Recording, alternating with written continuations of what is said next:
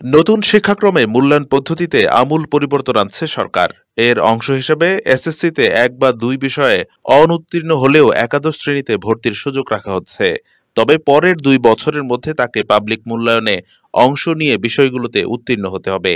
জাতীয় শিক্ষাক্রম ও পাঠ্যপুস্তক বোর্ড এনসিটিবির তৈরি করা জাতীয় শিক্ষাক্রম ২০২২-এর মূল্যায়ন কৌশল ও বাস্তবায়ন নির্দেশনা সংক্রান্ত প্রতিবেদনে এই তথ্য জানা গেছে। প্রতিবেদনটি মঙ্গলবার curriculum development and revision core কমিটিতে পাশ হয়েছে।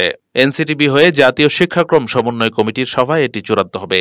প্রতিবেদনে বলা হয়, একাদশে ভর্তি হয়েও মান উন্নয়নের জন্য এক বা একাধিক অথবা সব বিষয়ে পুনরায় পাবলিক মূল্যায়নে অংশ নেওয়ার সুযোগ থাকছে। অনন্য, অর্জনমুখী, অগ্রগামী, সক্রিয়, অনুসন্ধানী, বিকাশমান ও প্রারম্ভিক শীর্ষক ৭টি সূচকের ভিত্তিতে প্রকাশ করা হবে শিক্ষার্থীর রিপোর্ট কার্ড। এতে সব বিষয়ে পারদর্শিতা বা সর্বোচ্চ সূচক অনন্য আর সর্বনিম্ন সূচক হলো প্রারম্ভিক। গত বছর প্রথম, ষষ্ঠ ও সপ্তম শ্রেণীতে নতুন শিক্ষাক্রম বাস্তবায়ন করা হয়, আর চলতি বছর বাস্তবায়ন করা হয় দ্বিতীয়, তৃতীয়, অষ্টম ও নবম শ্রেণীতে। এরপর ২০২৫ সালে পঞ্চম ও দশম শ্রেণীতে, ২০২৬ সালে একাদশ এবং ২০২৭ সালে দ্বাদশ শ্রেণীতে এই শিক্ষাক্রম চালু হবে।